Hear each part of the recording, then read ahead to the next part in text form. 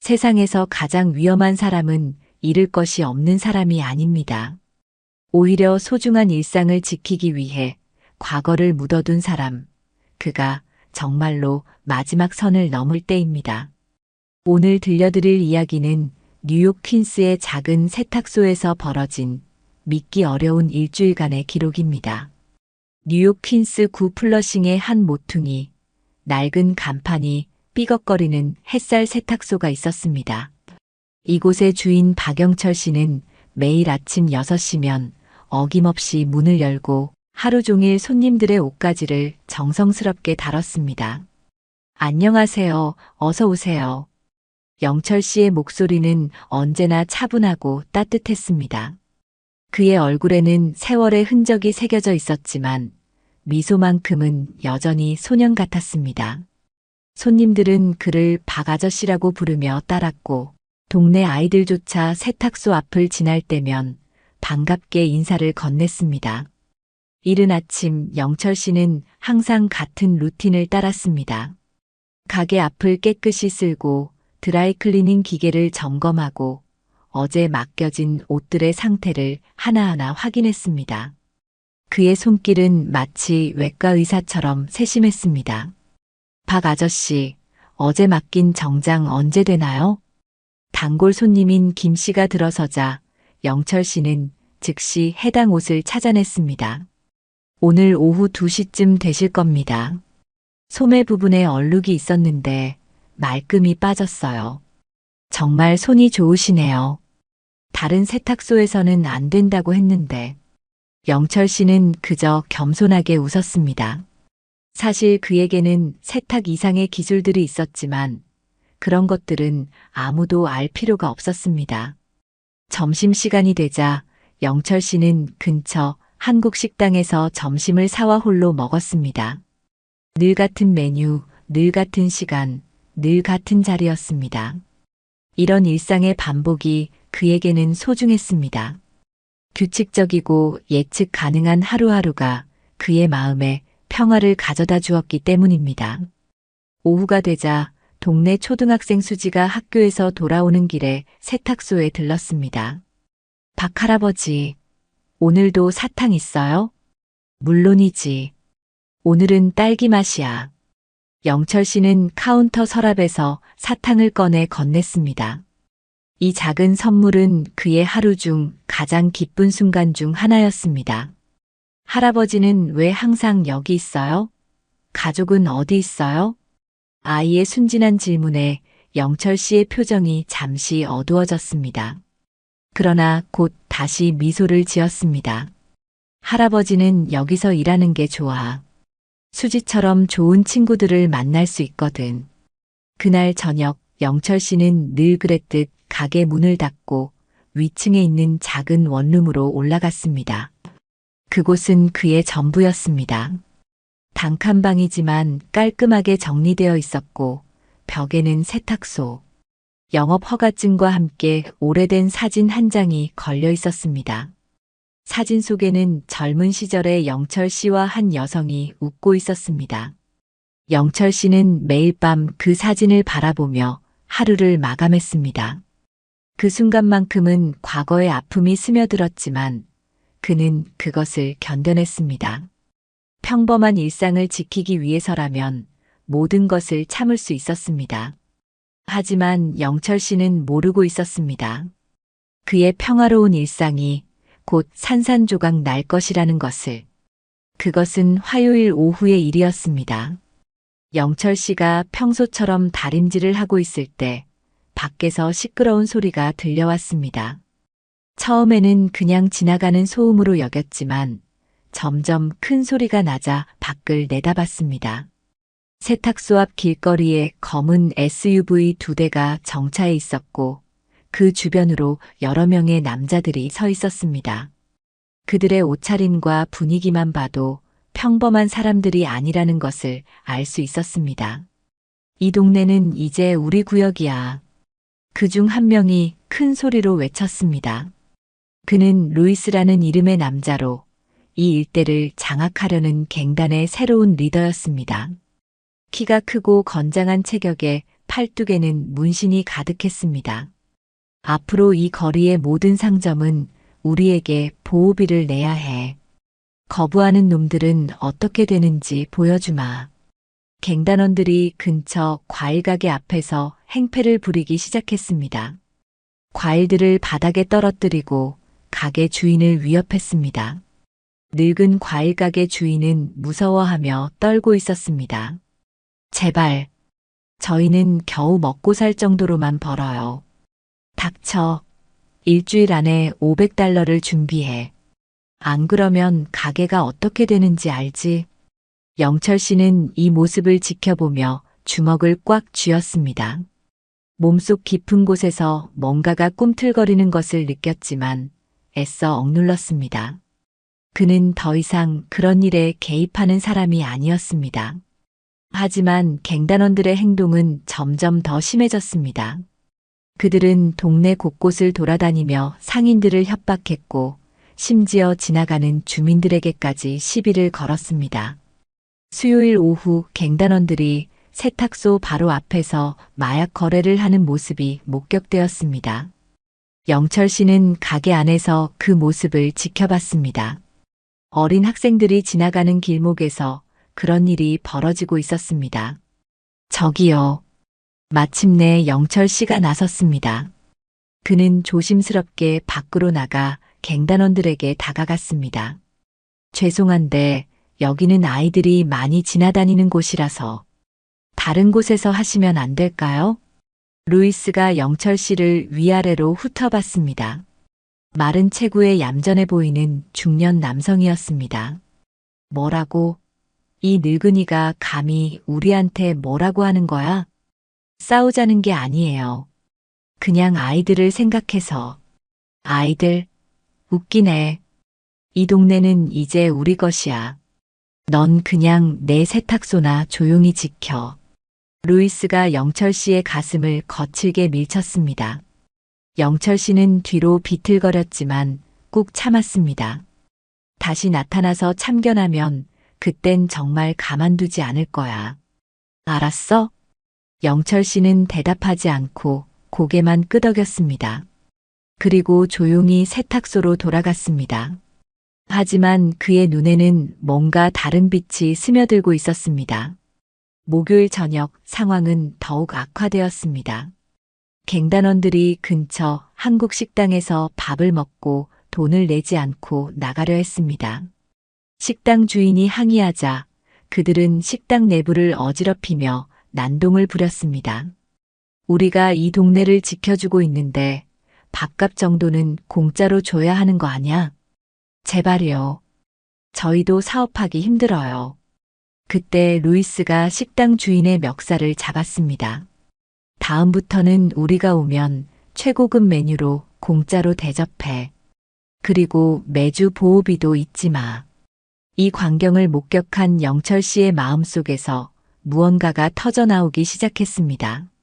참고 참던 감정들이 한계에 다다르고 있었습니다. 금요일 아침 결정적인 사건이 일어났습니다. 등교길에 나선 수지가 갱단원들과 마주쳤습니다. 이 꼬마가 누구야? 한 갱단원이 수지의 가방을 빼앗으려 했습니다. 수지는 무서워하며 울기 시작했습니다. 엄마, 엄마, 울지 마, 꼬마야. 가방에 뭐가 들어있나 보자. 영철 씨가 이 모습을 발견했을 때 그의 마음속에서 마지막 방어선이 무너졌습니다. 그는 즉시 밖으로 달려나갔습니다. 수지야, 이리 와. 영철 씨의 목소리는 여전히 차분했지만 그 속에는 지금까지 없던 무언가가 담겨 있었습니다. 어제 그 세탁소 늙은이네. 또 나타났구만. 루이스가 비웃으며 말했습니다. 아이는 놔주세요. 아이한테는 잘못이 없어요. 잘못? 여기서 잘못된 건 내가 또 나타난 거야. 이때부터 영철 씨에게는 변화가 일어나기 시작했습니다. 오랫동안 잠들어 있던 무언가가 깨어나고 있었습니다. 그날 오후 루이스와 그의 부하들이 직접 세탁소로 찾아왔습니다. 5명의 갱단원들이 우르르 들어서자 작은 세탁소는 금세 비좁아졌습니다. 박, 뭐라고 하던가. 박씨? 루이스가 조롱하는 듯한 어조로 말했습니다. 네, 박영철입니다. 좋아, 박영철. 이제 상황을 명확히 하자고. 이 동네는 우리가 관리하고 있어. 그러니까 당연히 보호비를 내야지. 영철 씨는 조용히 고개를 저었습니다. 죄송하지만 그럴 수는 없습니다. 뭐라고? 루이스의 표정이 순간 일그러졌습니다. 저는 그냥 정직하게 일하면서 살고 싶을 뿐입니다. 아무에게도 피해를 주지 않고 조용히 살고 싶어요. 조용히 살고 싶다고? 그럼 돈을 내야지. 루이스가 갑자기 카운터 위의 물건들을 바닥으로 쓸어버렸습니다. 영수증들과 펜, 계산기 등이 바닥에 흩어졌습니다. 이런 식으로 하지 말아요. 제가 뭘 잘못했습니까? 잘못? 내가 우리를 무시하는 게 잘못이야. 갱단원 중 하나가 옷걸이를 발로 차 넘어뜨렸습니다. 고객들의 소중한 옷가지들이 바닥에 떨어졌습니다. 영철 씨는 그 모습을 보며 주먹을 꽉 쥐었습니다. 그만하세요. 그 옷들은 제 것이 아니에요. 손님들의 옷이라고요. 손님? 이 더러운 동네에 무슨 손님이 있어? 루이스가 일부러 떨어진 옷을 발로 밟았습니다. 깨끗하게 세탁된 하얀 셔츠에 더러운 발자국이 찍혔습니다. 이때 영철 씨의 마음속에서 무언가가 요동쳤습니다. 그것은 오랫동안 억압해왔던 분노였습니다. 그러나 그는 여전히 참았습니다. 돈을 내세요, 박영철. 아니면 루이스가 드라이클리닝 기계에 손을 올렸습니다. 이 비싼 기계가 어떻게 될지 모르겠네. 그만둬요. 영철 씨가 처음으로 목소리를 높였습니다. 하지만 이미 늦었습니다. 루이스가 기계의 전선을 잡아당겼습니다. 우리에게 순순히 따르지 않으면 이런 일이 계속 일어날 거야. 알겠어? 그때 갑자기 한 갱단원이 영철 씨의 뺨을 때렸습니다. 이 늙은이가 우리를 무시해? 찰싹. 영철 씨의 고개가 옆으로 돌아갔습니다. 뺨에는 빨간 손자국이 선명하게 남았습니다.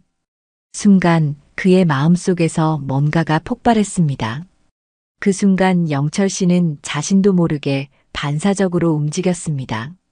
그의 손이 번개처럼 움직여 상대의 손목을 잡았습니다. 그리고는 갱단원이 비명을 지르며 주저앉았습니다. 영철 씨가 그의 손목을 살짝 비튼 것뿐이었는데 그는 극심한 고통을 느꼈습니다. 모든 사람들이 놀란 표정으로 영철 씨를 바라봤습니다. 영철 씨 자신도 깜짝 놀랐습니다. 몸이 저절로 움직인 것이었습니다. 뭐야? 이 늙은이가? 루이스가 당황한 표정으로 중얼거렸습니다. 영철 씨는 즉시 갱단원의 손을 놓았습니다. 그리고 뒤로 물러섰습니다. 죄송합니다. 저도 모르게. 하지만 갱단원들의 눈빛이 달라졌습니다. 이 조용한 세탁소 주인에게 뭔가 다른 면이 있다는 것을 깨달았습니다. 이 자식, 뭔가 숨기고 있는 게 있어. 루이스가 의심스러운 눈으로 영철 씨를 바라봤습니다. 나중에 다시 오겠어, 박영철. 그때까지 돈을 준비해 두라고. 갱단원들이 나간 후 영철 씨는 홀로 어지러워진 가게를 바라봤습니다. 바닥에 흩어진 옷가지들, 망가진 기계, 그리고 자신의 떨리는 손을 보며 깨달았습니다. 과거가 다시 되살아나고 있다는 것을. 그날 밤 영철 씨는 잠들 수 없었습니다. 침대에 누워 천장을 바라보며 오래된 기억들이 하나둘씩 떠오르는 것을 느꼈습니다. 차가운 겨울날, 휴전선 근처의 깊은 산속, 검은 옷을 입고 은밀하게 이동하던 시절들, 적진의 침투에 정보를 수집하고 때로는 제거 작업을 수행하던 그때의 자신. 아니야. 그건 이미 끝난 일이야. 영철 씨가 자신에게 말했습니다. 하지만 몸은 이미 기억하고 있었습니다. 오늘 갱단원의 손목을 비틀 때 나온 그 움직임은 수십 년간 몸에 배인 기술이었습니다. 다음 날 아침 영철 씨는 거울 속 자신을 바라봤습니다. 여전히 평범해 보이는 얼굴이었지만 눈빛만은 달라져 있었습니다. 영철 씨는 그날부터 가게 문을 일찍 닫기 시작했습니다. 저녁이 되면 아무도 모르게 지하실로 내려갔습니다. 세탁소 지하에는 작은 창고가 있었는데 그곳에는 오래된 상자들이 쌓여 있었습니다. 영철 씨는 가장 안쪽에 있는 상자를 꺼냈습니다. 먼지가 두껍게 쌓인 낡은 상자였습니다. 상자를 열자 그 안에는 그의 과거가 고스란히 담겨 있었습니다. 검은색 전술복, 나이프, 그리고 몇 가지 특수 장비들. 모든 것이 20여 년 전 그대로였습니다. 영철 씨는 손으로 전술복을 만져봤습니다. 촉감이 생생했습니다. 이젠 정말 써야 하는 건가? 그가 중얼거렸습니다. 상자 맨 아래에는 낡은 신분증이 하나 있었습니다. 특수부대 707특임대 1등 중사 박영철, 그리고 그 밑에는 북파공작원이라는 글자가 적혀 있었습니다. 영철 씨, 아니, 북파공작원 박영철은 사실 한국 전쟁 이후 가장 정예의 특수부대원이었습니다. 그는 수차례 북한 지역에 침투해 정보를 수집하고 적의 주요 시설을 파괴하는 임무를 수행했습니다. 그의 코드네임은 유령이었습니다. 아무도 그의 존재를 눈치채지 못할 정도로 은밀하게 작전을 수행하기 때문이었습니다. 하지만 7번째 작전에서 그의 인생이 바뀌었습니다. 북한에서 정보원으로 활동하던 여성과 사랑에 빠진 것입니다. 그녀의 이름은 이소영이었습니다. 그들은 적과 아군이라는 운명을 넘어 서로를 사랑했습니다. 그러나 그들의 사랑은 오래갈 수 없었습니다. 소영이 신원이 발각되어 처형당한 것입니다. 영철은 그녀를 구하려 했지만 이미 늦었습니다. 그는 그녀의 시신을 품에 안고 오열했습니다. 그 사건 이후 영철은 더 이상 작전을 수행할 수 없었습니다. 그는 군에서 제대하고 미국으로 건너왔습니다. 평범한 삶을 살며 과거를 잊으려 했습니다. 그리고 20여 년이 흘렀습니다. 소영아, 미안해. 다시 그때로 돌아가야 할 것 같아. 영철이 벽에 걸린 사진을 바라보며 중얼거렸습니다. 사진 속 여성이 바로 이소영이었습니다. 영철은 전술복을 입어봤습니다. 여전히 몸에 맞았습니다. 그는 거울 앞에 섰습니다. 평범한 세탁소 아저씨가 아닌 냉혹한 공작원의 모습이 거기 있었습니다. 그는 나이프를 손에 들어봤습니다. 손목을 가볍게 돌리자 나이프가 손가락 사이를 빠르게 돌아갔습니다. 몸이 모든 것을 기억하고 있었습니다. 이제 시작이군. 영철의 눈에 차가운 빛이 서렸습니다. 다음 날부터 영철은 조사를 시작했습니다. 루이스와 그의 갱단에 대한 모든 정보를 수집했습니다. 그들의 아지트, 활동 패턴, 조직 구조, 모든 것을 파악했습니다. 루이스의 갱단은 총 15명으로 구성되어 있었습니다. 주로 마약 거래와 보호비 갈취로 돈을 벌었습니다. 그들의 본거지는 한인타운에서 5블록 떨어진 폐창고였습니다. 영철은 마치 군사작전을 계획하듯 세밀하게 준비했습니다. 그는 갱단원들 각각의 특징과 약점을 파악했습니다. 루이스는 권총을 소지하고 있었고 나머지는 주로 칼이나 야구 방망이 같은 무기를 사용했습니다. 아마추어들이군. 영철이 냉소적으로 웃었습니다. 진정한 전투의 무서움을 모르는 갱스터들이었습니다. 그는 또한 갱단의 약한 고리를 찾아냈습니다. 루이스의 오른팔인 톤이라는 남자는 매일 밤 혼자서 마약 거래를 확인하러 다녔습니다. 이때가 가장 취약한 순간이었습니다. 영철은 계획을 세웠습니다. 먼저 그들의 자금줄을 끊고 조직을 내부에서부터 흔들어 놓은 다음 마지막에 루이스와 직접 대결하는 것이었습니다. 이번엔 누구도 다치지 않게 하겠어. 영철이 소영의 사진을 바라보며 다짐했습니다.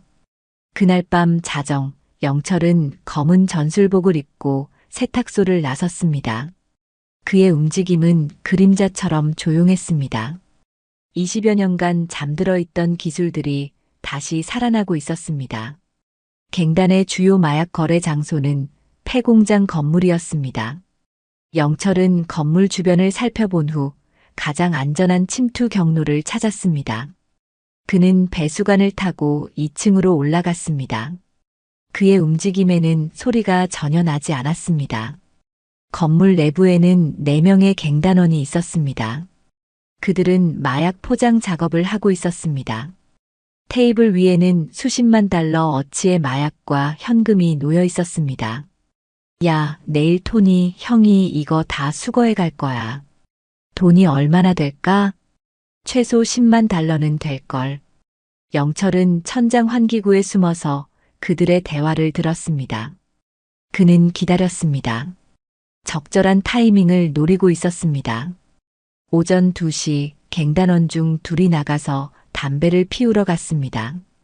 기회였습니다. 영철은 조용히 환기구에서 내려왔습니다. 남은 2명은 여전히 작업에 집중하고 있었습니다.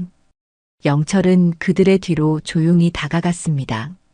그리고는 무슨 한 갱단원이 뒤를 돌아보려는 순간 영철의 손이 그의 목을 눌렀습니다.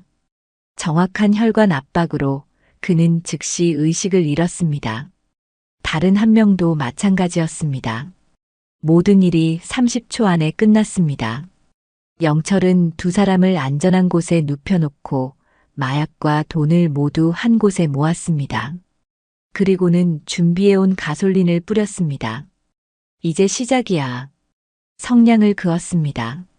순식간에 불길이 치솟았습니다. 마약은 물론 현금까지 모두 불에 탔습니다. 밖에서 담배를 피우던 갱단원들이 연기를 보고 달려왔습니다. 불이야, 불이야. 큰일 났다. 물건들이 다 타고 있어. 하지만 이미 늦었습니다. 모든 것이 제가 되어버렸습니다. 영철은 이미 건물을 빠져나가 안전한 곳에 숨어 있었습니다. 다음 날 아침 루이스에게 급보가 전해졌습니다. 형님, 큰일 났어요. 어젯밤에 창고에 불이 났어요. 뭐라고? 물건이랑 돈이 다 탔어요. 손해가 최소 10만 달러예요. 루이스의 얼굴이 새빨갛게 달아올랐습니다. 누가 했어? 경찰이야? 아니요, 경찰이라면 우리를 체포했을 텐데. 이상해요. 마치 누군가가 일부러. 설마. 루이스의 머릿속에 한 사람이 떠올랐습니다. 세탁소의 그 조용한 남자였습니다. 한편 영철은 평소와 다름없이 세탁소를 열고 손님들을 맞았습니다. 아무 일도 없었다는 듯이 말입니다. 박 아저씨, 어젯밤에 어디선가 불났다던데요? 단골 손님이 말했습니다. 그래요? 저는 일찍 잠들어서 몰랐네요. 영철의 표정은 여전히 평온했습니다. 하지만 그의 눈 깊은 곳에는 차가운 결의가 담겨 있었습니다. 그날 오후 루이스가 부하들을 데리고 세탁소에 찾아왔습니다. 박영철. 네, 무슨 일이세요? 어젯밤에 뭘 했어? 잠을 잤는데요. 거짓말하지 마. 내가 우리 창고를 불태운 거지. 영철은 고개를 저었습니다. 무슨 말씀인지 모르겠어요. 하지만 루이스는 확신하고 있었습니다. 이 평범해 보이는 남자에게 뭔가 숨겨진 면이 있다는 것을 말입니다. 좋아, 박영철. 내가 게임을 시작했으니 우리도 게임을 해보자고. 루이스가 위협적으로 말했습니다. 오늘 밤부터 내 주변을 감시할 거야. 조금이라도 수상한 움직임을 보이면. 그는 목 베는 신호를 했습니다. 영철은 여전히 차분한 표정이었습니다. 저는 그냥 평범하게 살고 싶을 뿐입니다. 평범하게. 평범한 놈이 우리 창고를 불태워. 하지만 영철은 더 이상 대답하지 않았습니다. 대신 그의 마음속에서는 다음 계획이 구체화되고 있었습니다. 이제 진짜 게임이 시작되는 것이었습니다. 루이스는 약속대로 영철을 감시하기 시작했습니다. 그는 부하들을 교대로 세탁소 주변에 배치했습니다. 하지만 영철의 움직임에는 전혀 수상한 점이 없었습니다. 아침에 가게를 열고 하루 종일 일하고 저녁에 문을 닫는 것이 전부였습니다. 형님, 정말 평범하게 사는 것 같은데요? 아니야, 분명히 뭔가 있어. 계속 지켜봐. 하지만 이틀째 되던 날 밤, 또 다른 사건이 발생했습니다. 갱단의 또 다른 거점인 지하 도박장이 습격당한 것입니다. 형님, 도박장이 털렸어요. 뭐라고? 또? 이번에는 돈만 가져간 게 아니라 카드들이랑 칩들을 다 물에 담가놨어요.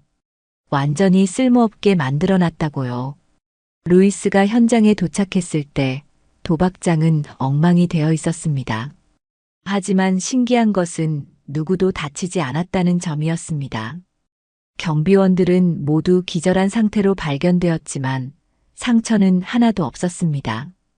이건 전문가의 솜씨야. 루이스가 중얼거렸습니다. 하지만 박영철은 어젯밤 내내 세탁소에 있었어요. 우리가 직접 확인했다고요. 그럼 공범이 있다는 얘기야. 실제로 영철은 전날 밤 세탁소에 있었습니다. 하지만 그는 지하실에서 몰래 빠져나가는 비밀 통로를 이용했습니다. 그 통로는 20여 년 전 그가 처음 이곳에 정착할 때 만든 것이었습니다. 북파 공작원의 습관으로 항상 비상 탈출로를 준비해 두었던 것입니다. 한편 한인타운의 주민들은 이상한 변화를 감지하기 시작했습니다. 갱단원들이 예전보다 초조해하고 있었고 이상하게 조용해진 영철 씨의 모습도 눈에 띄었습니다. 김 사장이 세탁소에 들렀을 때였습니다. 박 사장님, 요즘 몸이 안 좋으신가요? 얼굴이 좀... 아니에요, 괜찮아요. 하지만 김 사장은 영철의 손을 봤습니다. 평소에는 부드러웠던 손에 굳은 살이 새로 생겨 있었습니다. 그것도 보통 굳은 살이 아니라 무기를 다루는 사람에게 생기는 특별한 굳은 살이었습니다. 김 사장은 한국에서 군대를 다녀온 사람이었습니다. 그는 즉시 알아차렸습니다. 혹시 사장님이? 영철과 김 사장의 눈이 마주쳤습니다. 그 순간 서로를 이해했습니다. 김 사장님, 혹시 시간 있으시면 차 한잔 하실래요? 그날 저녁 영철은 김 사장에게 모든 것을 털어놓았습니다. 자신의 과거, 그리고 지금 벌어지고 있는 일들을 말입니다. 믿기 어려운 이야기네요. 저도 이런 일에 다시 휘말리고 싶지 않았어요.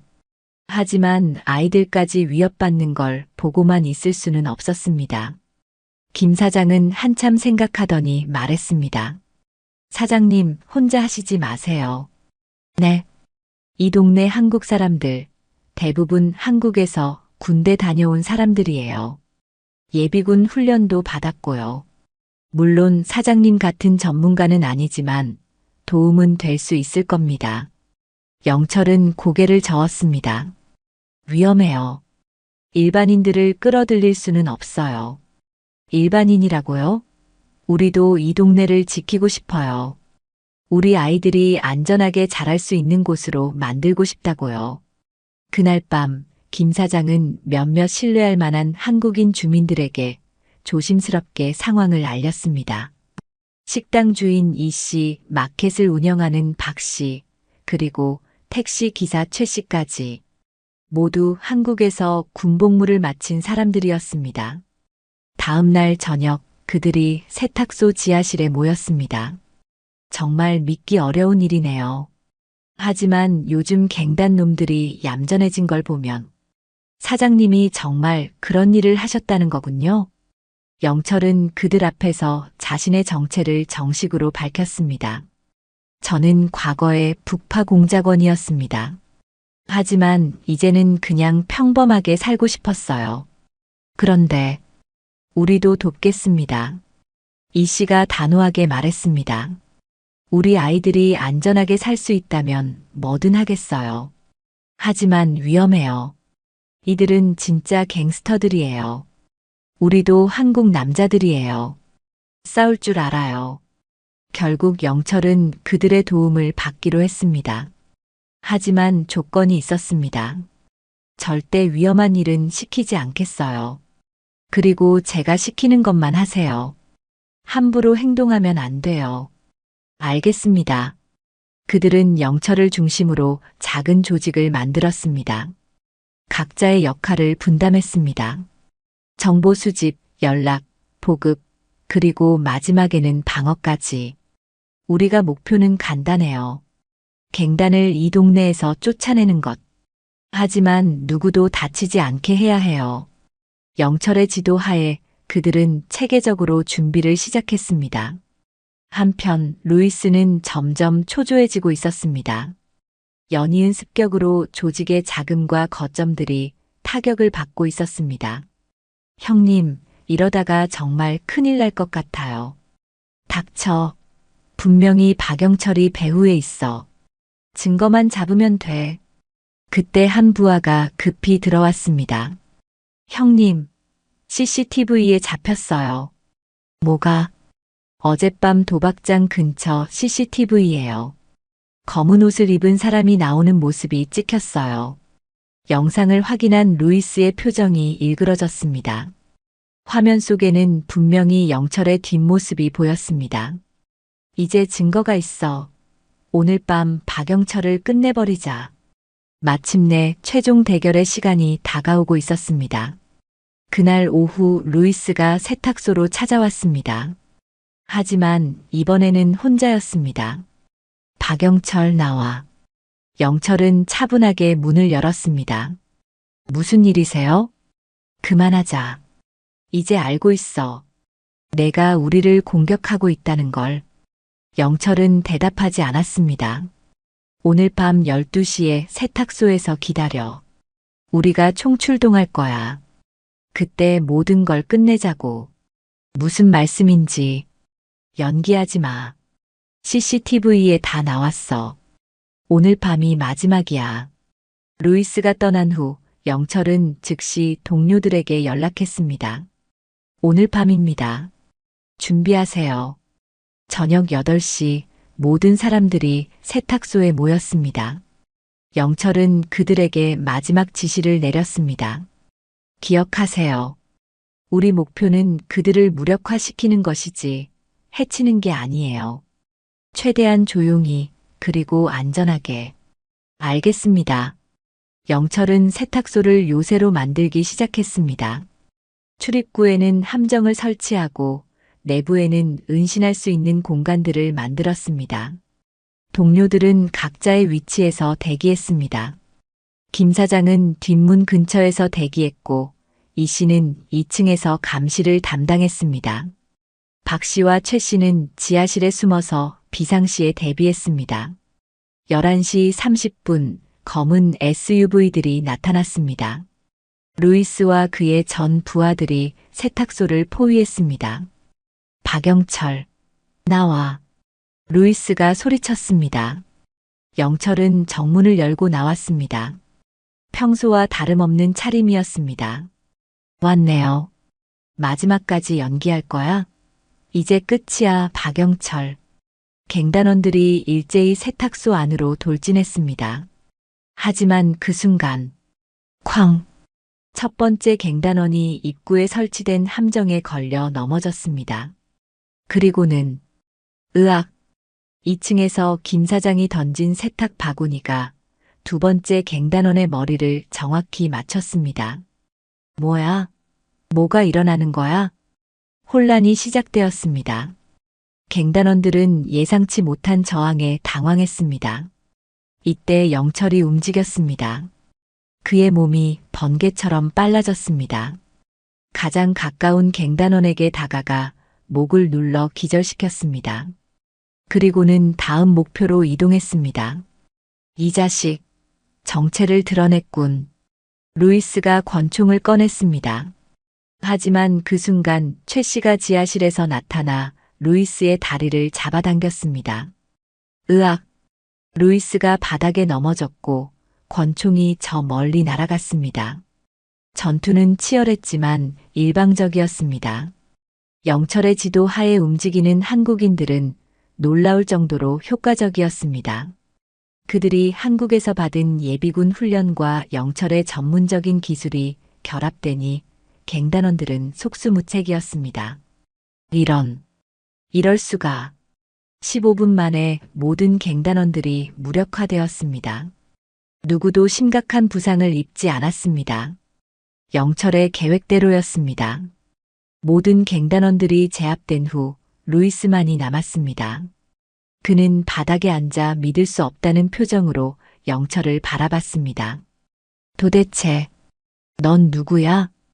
영철은 루이스 앞에 무릎을 꿇고 앉았습니다. 그리고는 조용히 말했습니다. 저는 그냥 세탁소를 운영하는 평범한 사람이었어요. 평범한 사람이 이런 일을. 하지만 당신들이 이 동네를 위협했죠. 아이들까지 무서워하게 만들었어요. 영철의 목소리는 여전히 차분했습니다. 저는 평화롭게 살고 싶었어요. 과거는 묻어두고 그냥 조용히 살고 싶었다고요. 루이스는 아무 말도 할 수 없었습니다. 이제 선택하세요. 이 동네를 떠나든지 아니면 정말로 이곳을 지키는 사람이 되든지. 지킨다고? 네. 진짜로 이 동네 사람들을 보호하는 일을 하세요. 그러면 저도 당신들을 받아들일 수 있어요. 루이스는 한참 동안 생각했습니다. 오늘 밤의 일로 그는 깨달았습니다. 진정한 힘이 무엇인지, 그리고 이 동네 사람들이 얼마나 단합되어 있는지를 말입니다. 알겠어. 우리가 잘못했어. 루이스가 고개를 숙였습니다. 다시는 이런 일 안 할게. 그리고 정말로 이 동네를 지키는 일을 해보겠어. 영철은 루이스에게 손을 내밀었습니다. 다시 시작하죠. 그때 경찰 사이렌 소리가 들려왔습니다. 누군가가 신고한 것이었습니다. 하지만 경찰이 도착했을 때는 이미 모든 일이 끝난 후였습니다. 무슨 일이 있었나요? 경찰관이 물었습니다. 그냥 작은 싸움이 있었어요. 하지만 이제 해결됐어요. 영철이 대답했습니다. 루이스도 고개를 끄덕였습니다. 서로 오해가 있었는데 이제 풀렸어요. 경찰은 더 이상 조사하지 않았습니다. 피해자도 없고 고발자도 없었기 때문입니다. 다음 날부터 한인타운에는 평화가 찾아왔습니다. 루이스와 그의 부하들은 약속대로 보호비 갈취를 중단했습니다. 대신 그들은 정말로 동네를 지키는 일을 시작했습니다. 박 아저씨, 감사해요. 수지가 세탁소에 와서 말했습니다. 이제 무서운 아저씨들이 없어졌어요. 영철은 수지에게 사탕을 건네며 웃었습니다. 우리 동네는 원래 좋은 곳이야. 그냥 잠깐 나쁜 일이 있었을 뿐이야. 한 달 후 한인타운에서는 작은 축제가 열렸습니다. 동네 사람들이 모두 모여 화합을 다지는 자리였습니다. 루이스와 그의 부하들도 참석했습니다. 그들은 이제 진짜로 동네 사람들과 어울렸습니다. 박 사장님 덕분이에요. 김 사장이 영철에게 말했습니다. 우리 모두 덕분이죠. 혼자서는 할 수 없는 일이었어요. 영철은 축제를 바라보며 미소 지었습니다. 아이들이 뛰어놀고 어른들이 담소를 나누는 평화로운 모습이었습니다. 그날 밤 영철은 혼자 세탁소에 앉아 있었습니다. 벽에 걸린 소영의 사진을 바라보며 중얼거렸습니다. 소영아, 이제 정말 평화로워졌어. 내가 원했던 그런 삶을 살 수 있을 것 같아. 그리고는 지하실로 내려가 오래된 상자를 다시 꺼냈습니다. 전술복과 장비들을 하나씩 정리하며 다시 상자에 넣었습니다. 이제 정말 안녕이야. 상자를 닫으며 영철이 말했습니다. 이번에는 정말로 마지막이었습니다. 다음 날 아침 영철은 평소처럼 세탁소 문을 열었습니다. 그리고 첫 번째 손님을 맞았습니다. 안녕하세요. 어서 오세요. 그의 목소리는 여전히 따뜻했습니다. 하지만 이제는 진짜 평화로웠습니다. 그는 더 이상 과거를 숨길 필요가 없었습니다. 동네 사람들은 그의 정체를 알고 있었지만 그것 때문에 그를 다르게 보지 않았습니다. 오히려 더욱 존경하고 사랑했습니다. 퀸스의 작은 한인타운에서 벌어진 일주일간의 사건은 이렇게 끝났습니다. 평범한 세탁소 아저씨로 살고 싶었던 전직 북파 공작원과 그를 둘러싼 사람들의 이야기. 때로는 과거를 완전히 지울 수 없을 때도 있습니다. 하지만 그 과거를 어떻게 사용하느냐는 우리의 선택입니다. 영철은 자신의 과거를 파괴가 아닌 보호를 위해 사용했습니다. 그리고 그 결과 더욱 아름다운 현재를 만들어낼 수 있었습니다. 햇살 세탁소는 오늘도 문을 열고 있습니다. 그리고 박영철 씨는 오늘도 손님들을 따뜻하게 맞이하고 있습니다. 진정한 평화를 지켜낸 영웅의 모습으로 말입니다.